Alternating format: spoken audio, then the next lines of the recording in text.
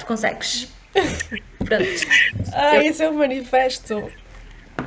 Vou beber um copo de água, embora precisasse Força. um copo de vinho, mas ok. Olha, eu tenho uma Ao bando garrafa. de incomodados que estão neste momento a consumir este podcast, olá e obrigada por estarem desse lado a acompanhar esta estreia. Deste lado tenho uma jovem muito proativa, por isso não se sintam mal se for difícil acompanhar a quantidade de coisas que ela já fez. Esta pessoa carismática é oriunda de Guimarães, mas na comunicação tem origens no YouTube. Quem a conhecer lembra-se perfeitamente da Carol Arroz. É licenciada em Ciências da Comunicação, especializou-se em audiovisual e multimédia, já fez teatro, já trabalhou enquanto fotógrafa de produto na Farfetch, foi designer numa empresa de inteligência artificial, já coordenou a equipa de comunicação do Festival Cultural Knock Knock, mas foi em intercâmbios na Arménia e Escócia, a filmar assuntos como drag activism e direitos LGBT, que percebeu que é o cinema que a faz feliz e por isso o Curtas e o canal... Oi, nervoso, está aqui. O canal 180 também fazem parte da sua realidade. Há quem diga que é o tipo de pessoa impossível de não gostar. A qualquer lado que vá, em qualquer coisa que se meta, acaba com amigos. É descrita como comunicativa, divertida, empática e generosa, mas, passo a citar, só é pena que não veja o valor que os outros veem nela. Surpresa das surpresas, apesar da quantidade de atividades em que já esteve e está metida, tem apenas 24 anos. Chama-se Carolina Ribeiro e é a primeira pessoa incómoda neste podcast. Olá, Carolina! Eu até vou aqui mejar com essa descrição. Alguma coisa errada aqui? Não, mas às vezes é preciso alguém dizer-te, olha, fizeste isto e isto, para ganhares consciência que realmente não estás só na cama a saltos. Muita coisa. Olha, neste momento estás-te a sentir cómoda? Estamos bem? Aqui estou comodíssima. Estás? Olha, eu queria começar com uma pergunta, enquanto eterna fã da Carol Arroz, que é a criação do teu canal. Achas que já dizia alguma coisa sobre a tua personalidade e de certa forma o percurso que ias adotar? Aquilo, eu desde pequena que faço vídeos, até faço com a minha prima, fazia com a minha prima Bruna, foi uma coisa que sempre esteve dentro de nós. E eu comecei a fazer aquilo na brincadeira e não tinha mesmo consciência. Eu só queria fazer as pessoas rir, como sempre quis, desde pequena. Então nem sabia as repercussões que aquilo ia ter, mas acho que foi sempre uma coisa muito genuína e espontânea. Eu nunca escrevia nada, eu simplesmente punha a câmara e dizia aquilo que sentia, sobre aquilo que estava a pensar naquele momento. Atenção, tinha 13 anos, o que é que eu pensava naquela altura? Mas já tinhas muito carisma nessa altura e se calhar isso também já dizia que eras comunicativa, não é? Eras dada a isso. Sim, nessa altura eu queria ser atriz, assim, aliás, quando eu fui para o primeiro ano, nós tivemos de fazer um desenhinho da profissão que queríamos ser quando fôssemos grandes, e eu fiz um desenho de um palhaço, porque eu achava que era a única profissão que iria fazer com que eu fizesse os outros rir e fizesse os outros sentirem-se bem. Então fiz lá o desenho de palhaço, e durante uns tempos achei mesmo que eu ia ser atriz, que eu ia ser apresentadora e essas coisas. Mas depois, não sei, acho que fui tomando muita consciência e a partir dos 17, 18 quis ir para trás das câmaras. Mas durante muito tempo estava muito confortável a falar e a dizer piadas. Mas pode-se dizer que foi no YouTube que ganhaste esse bichinho também pela edição e tudo. Eu não me lembro bem se tu editavas muito os teus vídeos, mas ainda tinha de se fazer alguma coisa, não é?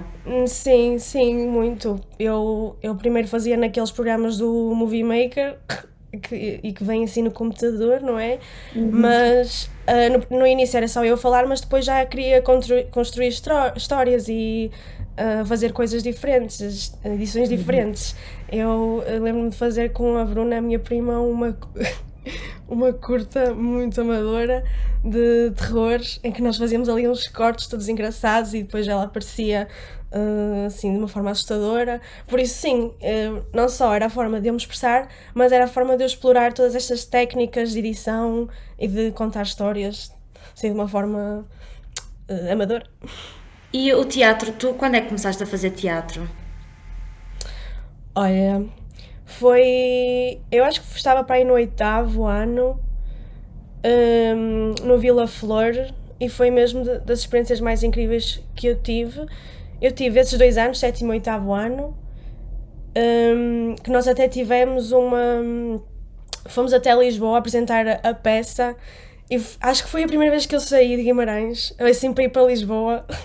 Então era só muitas emoções, mas eu estava ali ao pé de pessoas da minha idade, mas também pessoas mais velhas, dos seus 17, 18, eu tinha 10, 11, por aí, então era muito estimulante para mim.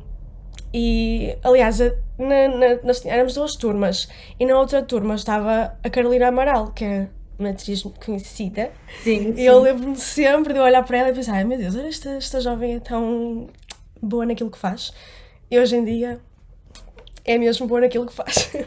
Olha, e tu É lidavas engraçado. tu conseguias lidar bem uma rapariga tão nova, no 8º ano, já ter de ir apresentar uma peça, ainda que seja amadora, em Lisboa, tu sabias lidar com essas emoções, com a ansiedade que isso exigia? Por acaso foi. Eu gostava mesmo muito da adrenalina de estar no palco, mas era horrível o momento antes, e eu ainda sinto isso. Que ficava. Eu só queria vomitar e fugir, mesmo. Só que depois, estando lá no palco, pronto, esquecias-te desse medo e lá estavas.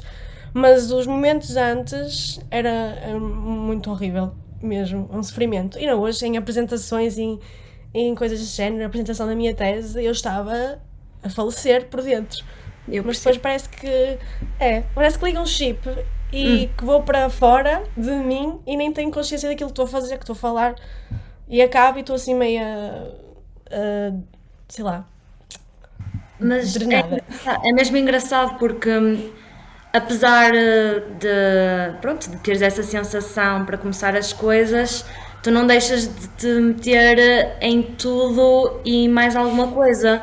Tu sempre foste, aliás, por exemplo, eu sei que ainda há muito a descobrir sobre ti, porque quando nós estivemos a falar, quando eu queria saber o que é que já fizeste, tu nem sequer falaste sobre a questão do knock-knock.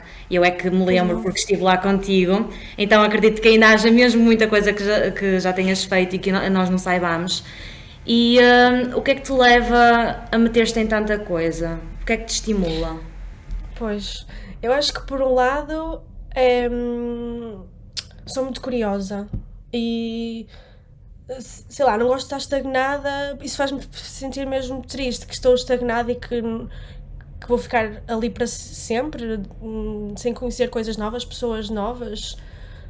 Mas por outro lado, é uma coisa que eu já tenho percebido agora, por causa da terapia, e que pode ser um bocado mau, que tem a ver com a aprovação também. Ou seja, estou sempre à procura de coisas novas e de estar à prova em coisas novas. Por um lado, aprender, mas por outro, para sentir que estou a ser validada em algum local. E isso pode ter um lado bom e um lado mau. E acho que só agora é que estou a perceber de onde é que vem este meu desejo de estar sempre, sempre, sempre a fazer coisas. Porque um dos meus receios, até tirar a licenciatura, era de que eu não sou boa a uma coisa específica. Eu estou aqui a fazer tanta, tanta coisa, mas não consigo especializar só numa coisa, não consigo ser conhecida. Ou seja, as pessoas não pensam em mim só para uma coisa. Não sei se Eu me estou a, faço não, entender. eu estou a perceber, nós queremos ser muito multifacetadas e depois também existe esta questão de que ainda que sede de afirmação, não sentes isso? Sim, sem dúvida mesmo. Queres que as pessoas te reconheçam e queres dizer que sabes fazer tudo e depois, e tu também falaste-me disto, desabafaste-me isto, o sentimento de inutilidade se não estivermos a fazer nada. E às vezes Exato. o nada, o que é para nós o nada? O que é que quantas coisas é que tu tens de estar a fazer para não te sentires inútil? Pois, exato. Imagina, eu agora estou a trabalhar um full-time, que é ok, mas ter só um full-time eu não me estava a sentir bem. Eu estava na Associação Cultural, na Capivara Azul, e tive de sair porque não tinha tempo. E estava a fazer mestrado e etc. Tive de sair. Depois fiquei-me só com o full time e comecei a sentir, não, isto não é só isto, eu preciso de mais. A minha vida não pode ser só das 9 às 6 Uma e depois o resto. atividade, não é? Sim, Porque, sim. ok, até te pode ocupar grande parte do tempo do teu dia, mas só estás a fazer uma coisa. Ou seja, não estás a aprender várias. Acho que é um bocadinho este o É isso. sentido. Isto pode-se Eu acho que considerar um te sentes incómodo. o mesmo. Eu Sim, acho que te sentes o mesmo, sim. sinto, porque eu já tive a questão da rádio de estar, tinha de acordar às 5h30 e muitas das vezes só adormecia à meia-noite com trabalhos para a rádio e trabalhos porque eu também estou no jornal e no entanto sentia que não estava a fazer o suficiente, porque só estou aqui, Percebo. só estou no meio local, estás a perceber? Sim, Mas isso também é um incómodo, este sentimento de não ser, parece que nada é suficiente, não é? sim. Que é bom por um lado, porque faz-nos crescer, mas por outro é sempre aquela insatisfação que chega a ser irritante. Eu às vezes irrito-me a mim mesma de nunca estar satisfeita, mas acho que faz parte. Agora tento acreditar que também tem mais coisas boas do que más, pelo menos, penso eu. Mas consegues abstrair-te do trabalho? Consegues que isso não seja o principal foco na tua vida? Por acaso é muito complicado, porque eu até agora tive. Ok, trabalhei sempre na área e tive muita sorte por isso, Ahm, mas muitas vezes eu não vejo só como um trabalho, eu quero ser sempre excepcional, quero fazer sempre as coisas muito bem e é um trabalho que te ajuda a sustentar e a fazer as coisas que tu queres fazer fora do trabalho. Mas como é um trabalho na minha área, onde eu exerço aquilo que eu gosto de fazer, acabo por levar para outros momentos e para, Com os teus sei amigos? lá, Com os teus sim, amigos? também. Achas que Com, falas muito? Eu estou-te a perguntar porque eu estou-me a identificar um bocado. Achas sim. que às vezes falas muito de trabalho? Eu Sim? agora tento não fazer isso, porque eu fazia mesmo muito. E eu saio do trabalho e começo e continuo a pensar, e estou nas redes sociais e continuo a pensar em conteúdos e formas de o que é que eu posso fazer, que pessoas é que posso entrevistar, sei lá, coisas assim. E sim, acabo por levar mesmo para o círculo de amigos e tudo mais. Mas agora tento desligar um pouco e quando estou fora, estou mesmo fora. Mas nem sempre acontece isso. Eu percebo. Mas olha, e a nível de ansiedade, que mecanismos é que foste arranjando? Isto tendo em conta que já me falaste que és uma pessoa ansiosa, que mecanismos é que foste arranjando para trabalhar isso? É assim, às vezes eu nem sei se eles estão aqui, os mecanismos. É assim, eu acho que comecei a desenvolver, assim, ansiedade a sério, mesmo na altura do YouTube. Eu que fiz o canal com 13 anos, para aí. Eu lembro-me de estar nas aulas de francês a mostrar os meus vídeos, eu a querer mostrar os meus vídeos, a vontade que eu tinha para as pessoas verem aquilo que eu estava a fazer, mas depois, à medida que fui crescendo e fui para a escola secundária, as pessoas começavam a gozar, os comentários Exato. começavam a ser. Sim. A sério, Os olha, comen- tu tinhas Sim. 4.000 e tal seguidores. Isso Pois, era uma comunidade. E eu, quando era ia incrível na mesmo. secundária, ficava tipo, oh meu Deus, é que Isso para mim era mesmo. Eu nem percebo como é que chegou essas reproduções, porque sei lá, eu se calhar fiquei muito nas coisas negativas, porque havia vídeos que tiveram muitas visualizações, muitos comentários, e havia mesmo muitos comentários negativos, e muitos também por causa do meu aspecto físico, por causa dos meus dentes, sei lá, da forma como eu falava, coisas assim que me marcaram mesmo muito. E depois eu acho que comecei a ficar tão consciente daquilo que eu dizia que comecei a ganhar muito medo mesmo. E foi aí, para aí no 12º, para aí que eu comecei a ir para a terapia Mas demorou a perceber o que é que se passava. E não era nada do outro mundo, porque quase toda a gente tem ansiedade. Sim. E pronto. E fui conhecendo algumas técnicas, principalmente de respiração, que ajuda muito, de meditação, que eu sou sincera, muitas vezes eu não faço, mas sei que quando estou no momento mesmo de ansiedade, de stress, tenho uma série de sequências de respirações que, se eu sei que se eu fizer vou ficar melhor, mas mentalmente é uma coisa que demora muito mais tempo e que é um treino que tens de fazer para a tua mente deixar de acreditar naqueles pensamentos, porque a minha mente eu sinto que está mesmo formatada para o lado negativo, tu não consegues, sei lá, não és suficiente, etc, etc. Por isso é mesmo, é um treino, é Sim. como fazer exercício físico.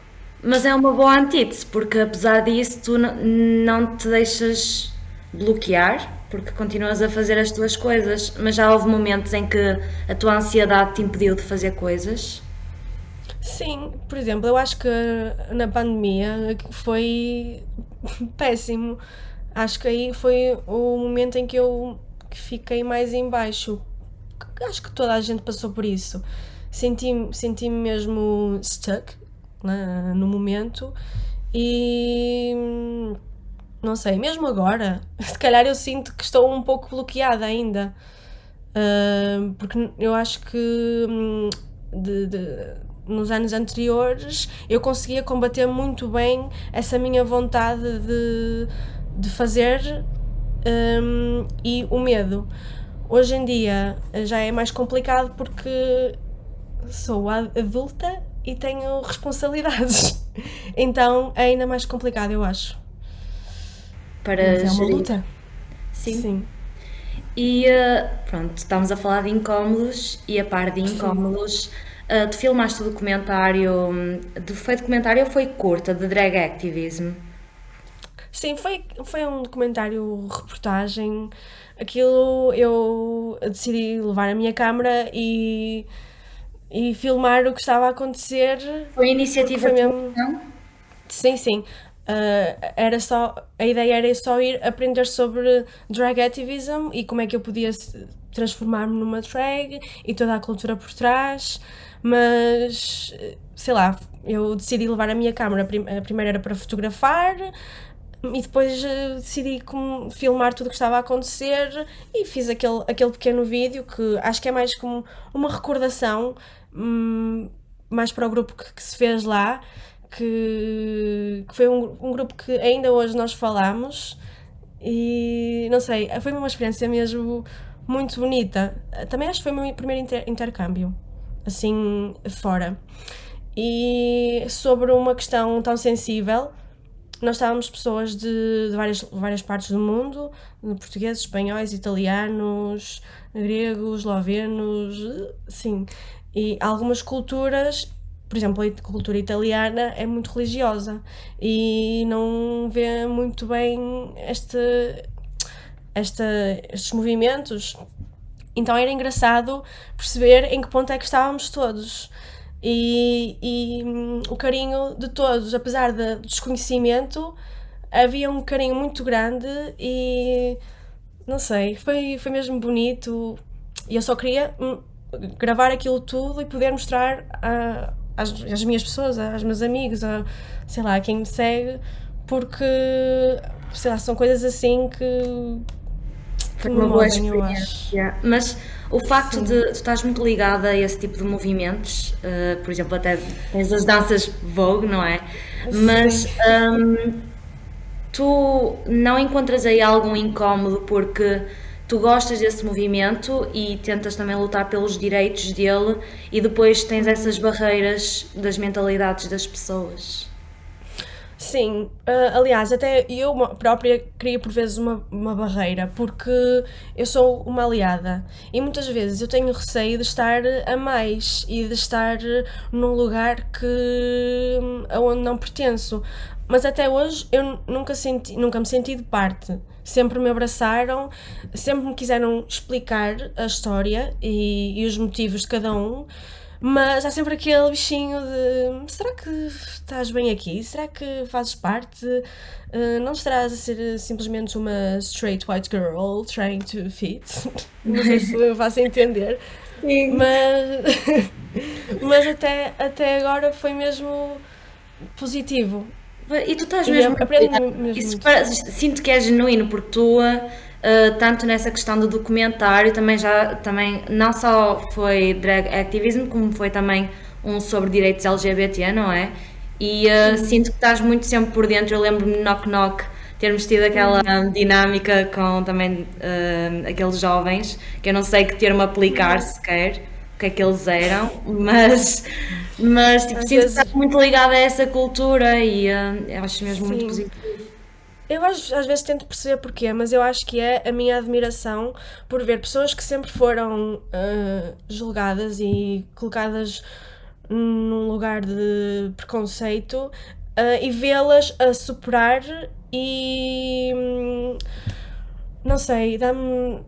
Fico mesmo inspirada por ver como é que conseguem superar todos estes problemas, expressar-se criativamente.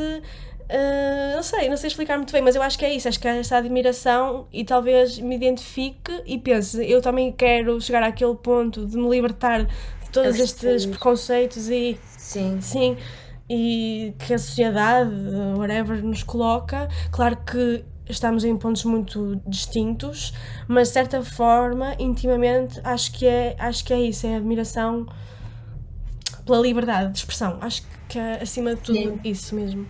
estou a entender. E olha, a nível de obstáculos, já sentiste que os tiveste na tua vida, principalmente a nível profissional? Olha, eu acho que acima de todos os obstáculos sou eu que os coloco. Não sei, porque como eu te disse, eu tive mesmo sorte ou não, eu sempre me esforcei, ok. Mas há muita gente que se esforça e que eu vejo casos de amigos meus e que tu sabes bem que esta área é complicada, que se esforçam e mandam currículos, 100 currículos por mês, não sei o que, e não conseguem.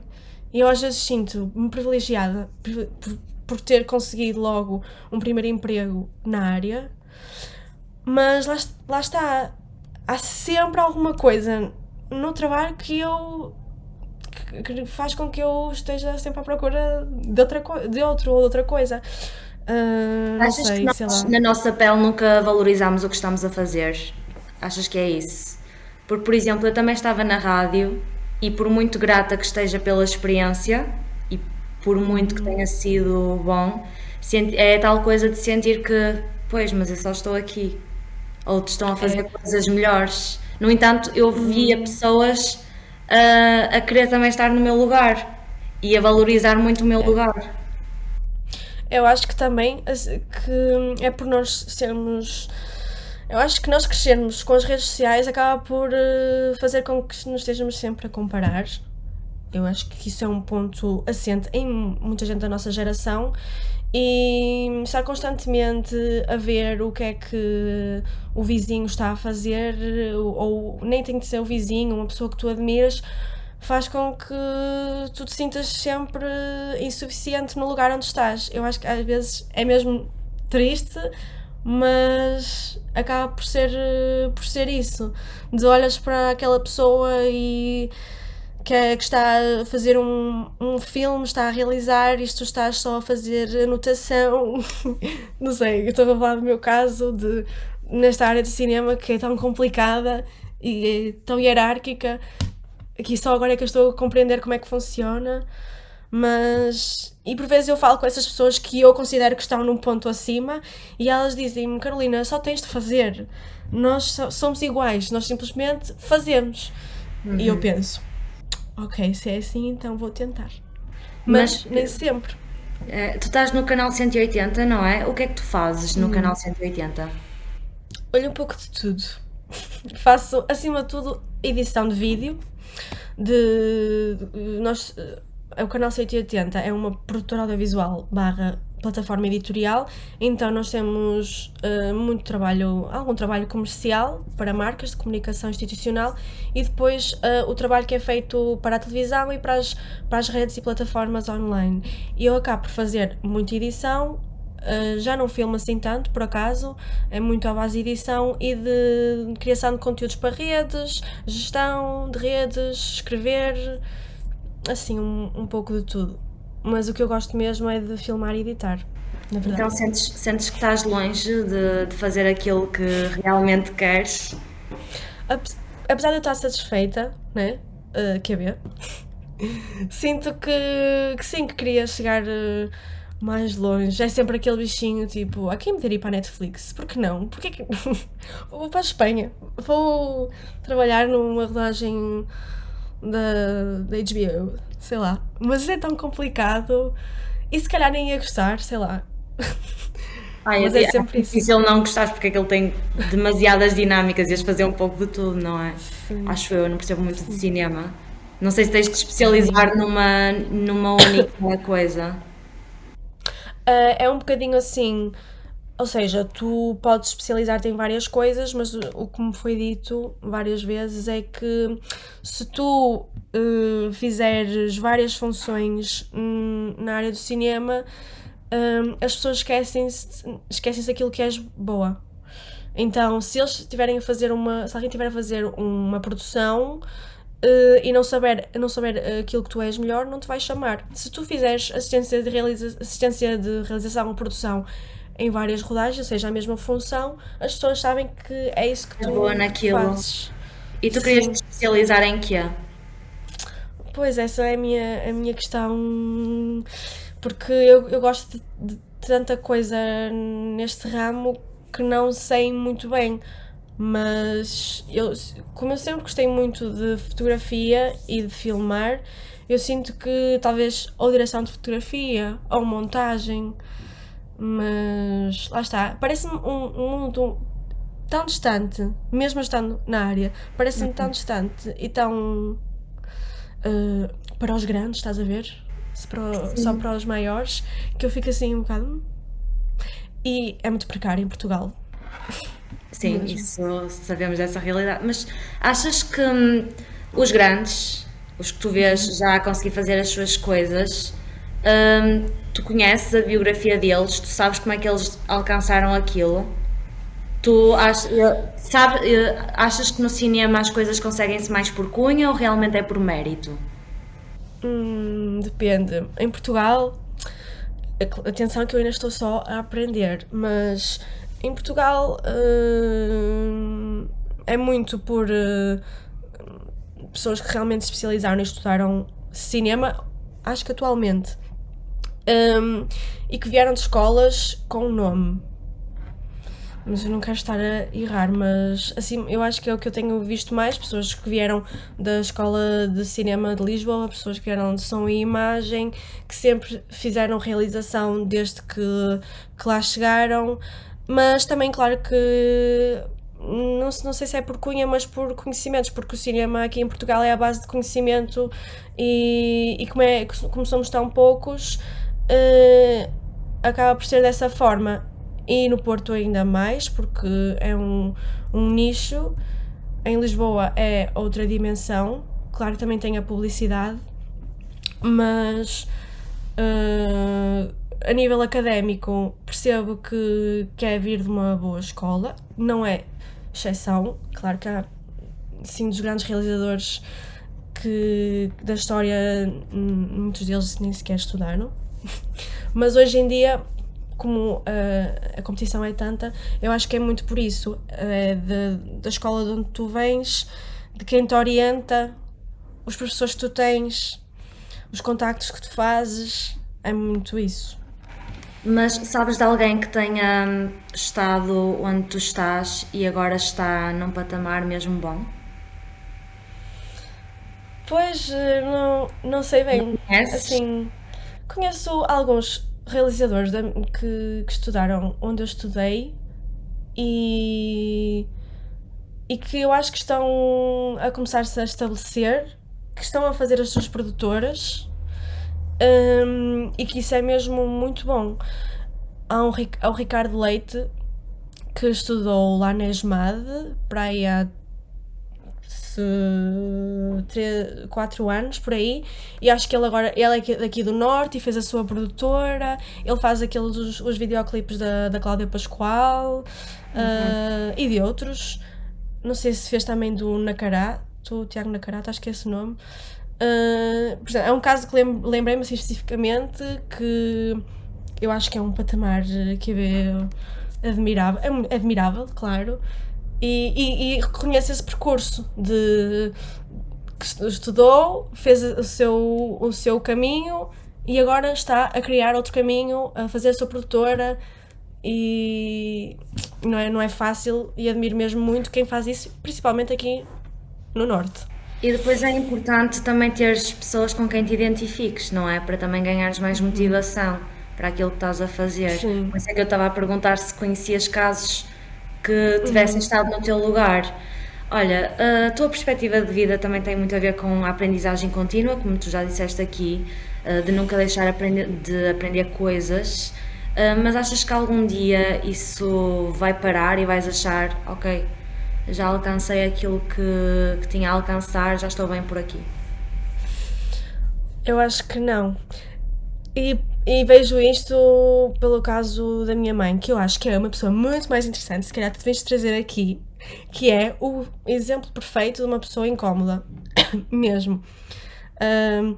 A minha mãe só começou a estudar aos 40, ela tem os seus 54, neste momento, acabou de mostrar Psicologia e não quero parar. Ela diz-me: Carolina, eu quero trabalhar até aos 80, se possível até aos 100.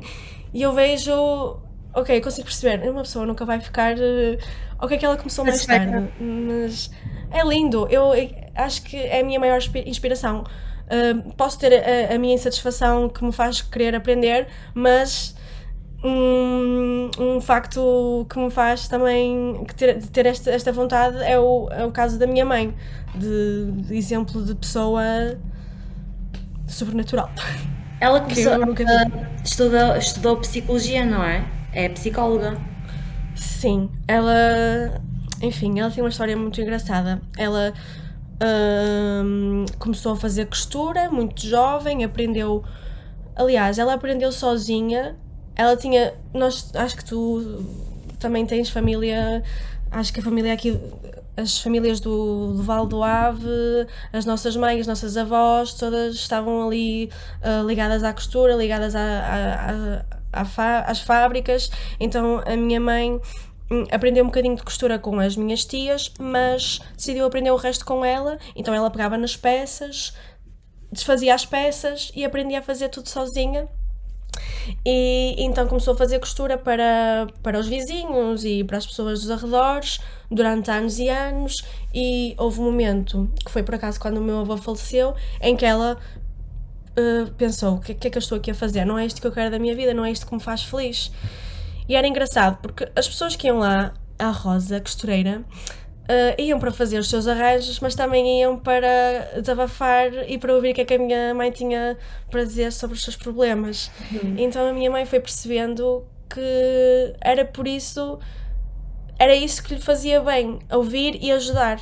Então ela decidiu estudar, não conseguiu entrar em psicologia logo, teve que fazer o 12º ano e tentou entrar, não conseguiu, entrou para a História, fez História. Depois, para entrar em Psicologia, tinha de ter Matemática A, Deus me livre, eu já não tenho Matemática desde o 9º ano, e ela teve de fazer, que horror, e ela fez Matemática A, conseguiu fazer, entrou em Psicologia, mestrado integrado na UEM, acabou, ao mesmo tempo especializou-se em Reiki, na terapia de Reiki, e ainda fez um curso de hipnose. Meu Deus! Então ela tem estes interesses todos, tem a psicologia e tem estas terapias holísticas, nem sei, que é o Reiki e a hipnose. Praticas com ela às Tem os seus vezes? 50. Praticas? A hipnose ainda não, que eu tenho receio de que é que vai sair. Mas a Reiki sim, e ajuda muito. Ajuda? Mesmo. Ok. Sim. Principalmente a quem faz regularmente. Imagina, olha, já me aconteceu ela lá me fazer o seu reiki e eu começar a chorar. Claro que às vezes uma pessoa está vulnerável e eu sei que muita gente não acredita nestas Eu terapias. nunca fiz, mas eu gostava de experienciar. De experimentar. Olha, Mas se o que é quiseres, que, experimenta. o que é que tu sentes? Olha, eu sinto mesmo relaxamento, sinto muito sono e parece que te sai um peso enorme quando termina.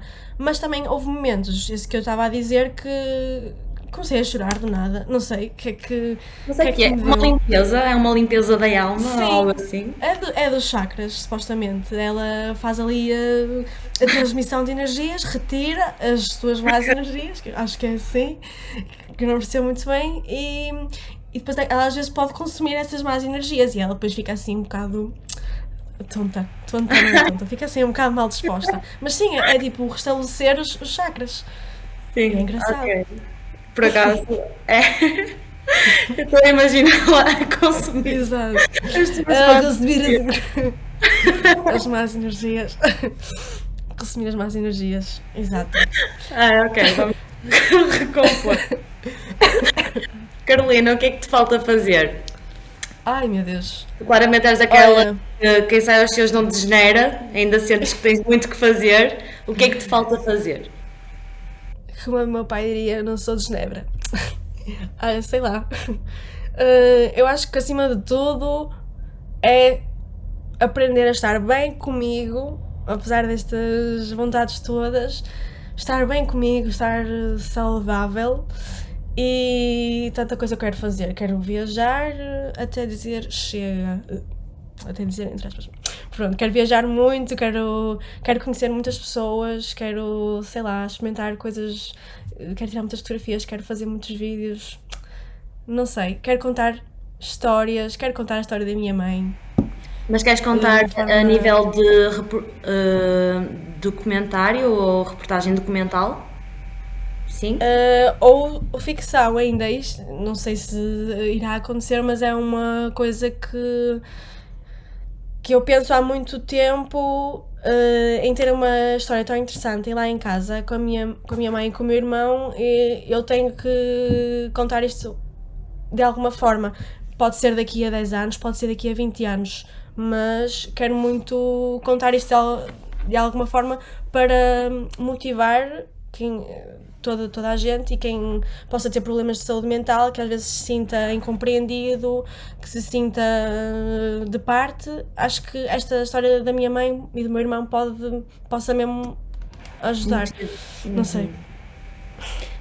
A cada convidado do Incómoda eu vou pedir sempre uma sugestão de algo que gosto de fazer, de uma dica, de um livro, de música, filme, qualquer coisa que tenha ajudado a pessoa de alguma forma. E eu pedi-te a ti a sugestão, Carolina, o que é que nos trazes? Pronto, o que é que me tem ajudado muito? Eu decidi começar a aprender Vogue, que é uma dança que tem uma história muito interessante, que surgiu nos anos 60, 70 em Nova York. Que era para uma comunidade, a comunidade negra gay nova-iorquina, e era um lugar onde essas pessoas se sentiam seguras e se expressavam criativamente. E atenção que eu ainda estou a aprender muito, mas eu vi que havia aqui aulas no Porto e eu decidi experimentar. Eu nunca dancei, eu não sou dançarina mesmo, mas é uma forma que me faz com que eu me liberte. E a primeira aula foi horrível porque eu só queria chorar e fugir porque sentia-me mesmo, o que é que eu estou aqui a fazer? Mas agora sempre que vou sinto-me mesmo revitalizada, estou sempre a ouvir histórias interessantes e olha, e pronto, e recomendo que vejam olha, podem ver a série Pose. Quando tu me falaste, eu não estava a imaginar o que é que era. Entretanto, Sim. fui ao YouTube e reconheci o que era. E só de ver, não sei, dá-te uma energia, dá-te. Não é? Parece que a empodera de alguma forma. Então, imagino que te sintas realmente bem. E depois deves conhecer também muitas personalidades super Sim. interessantes. Sim, sim, mesmo, principalmente a professora que dá essas aulas é mesmo muito incrível e ela está sempre a alertar que para além da dança e da técnica há a história por trás que eu ainda estou a aprender e que também mais importante que a técnica é a atitude e aquilo que queremos passar, que é lá está, essa, esse amor próprio, não sei, é assim. Mas recomendo mesmo para verem e para aprenderem um pouco, até sozinhos em casa. É muito engraçado, não sei, estou a Olha, gostar gostava muito. mesmo muito de experimentar. Olha, Tens foi que um ficar. gosto ter-te aqui. Obrigada, amiga. Eu Olha, estou de igualmente. seres a minha primeira convidada, não só pela coincidência de nomes, mas Exato. porque eu sempre tive uma admiração por ti. Pronto, Eu digo e. isso de ti. Obrigada, para. Tu é que E, és. que és, para. E pronto, fez mesmo todo sentido e agradeço-te imenso, Carolina. Obrigada. Obrigada eu, amiga. Eu nem sei o que é que eu disse, mas gostei muito de conversar contigo. És um amor de pessoa. Espero que tenhas muito sucesso. Obrigada igualmente. Fofa. Vais, colegas.